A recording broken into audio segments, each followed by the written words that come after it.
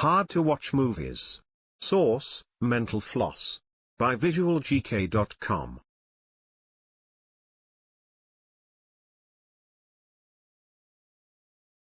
The Lumière brothers were said to have caused quite a stir, when their 50-second short film, The Arrival of a Train at La Ciotat, premiered in Paris, in 1896.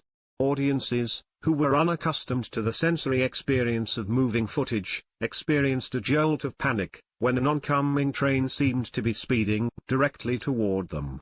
Since the Lumière, however, many filmmakers have been successful in driving moviegoers out of their seats. The latest editions, Presence, a Steven Soderbergh film, about a ghostly apparition, that's apparently too tense for some filmgoers. Here are 8 other films that couldn't keep audiences in the dark for long.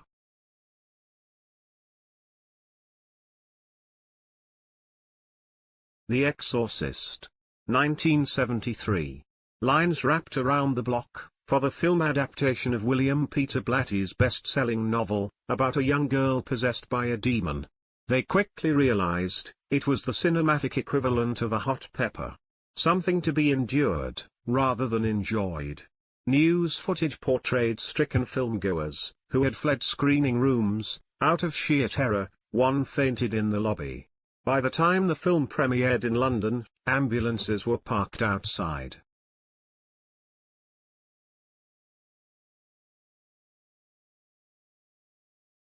The Blair Witch Project.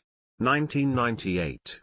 Launching the found footage genre, with an economical story about filmmakers threatened by an unseen supernatural force, The Blair Witch Project was a sizable box office hit and remains one of the most profitable films ever. But the documentary-style format, with actors jogging or falling over with a camera in hand, prompted waves of people getting motion sickness in aisles, lobbies, and bathrooms. Atlanta area theaters were reported on puke patrol for most of opening weekend.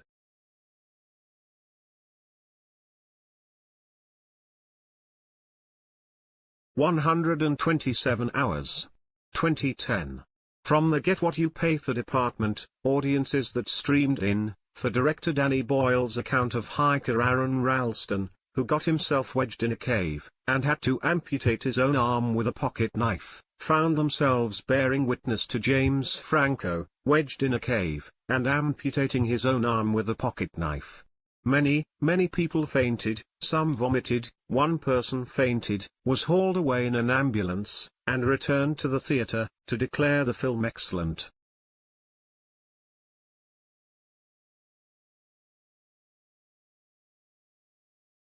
Reservoir Dogs. 1992.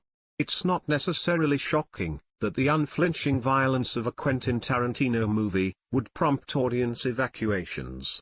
1994's Pulp Fiction lost patrons when Uma Thurman got a shot of adrenaline in her heart. But Reservoir Dogs is notable for the people it pulled from their seats. When Michael Madsen's character began an unsolicited ear amputation of a hostage during an industry screening, the late Wes Craven reportedly fled the theater.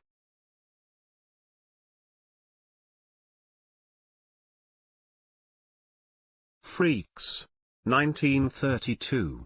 Todd Browning's infamous portrayal of a circus sideshow, with revenge in mind, was a harrowing experience for filmgoers. Not strictly a horror film, its large cast of actual circus performers was unsettling. Freaks suffered mass walkouts upon release, as viewers were unnerved by missing limbs. MGM insisted on editing the film, after a woman claimed she was so aggrieved during a screening that she suffered a miscarriage.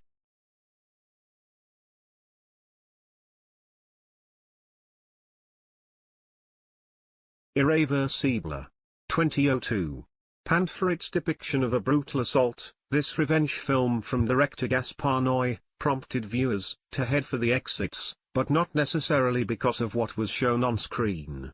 Noé admitted to using a 27 Hz frequency of bass that can't be picked up by the human ear during the movie's first 30 minutes.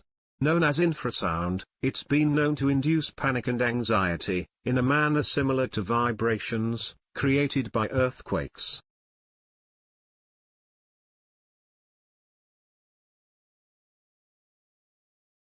The Lion King. 1994. In the proud Disney tradition of maiming parents, came The Lion King, where tiny Simba learns to fend for himself after his father is trampled during a stampede.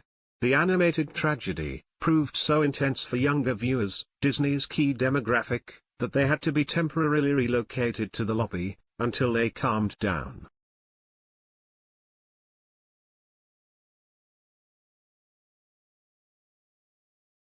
The Walk. 2015.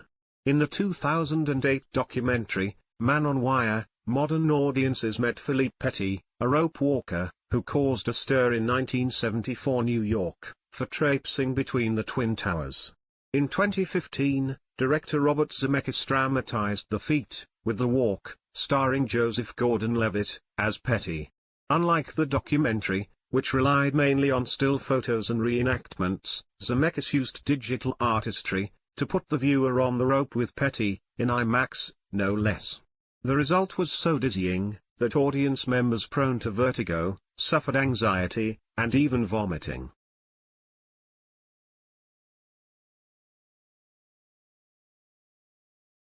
Please like, share and subscribe. visualgk.com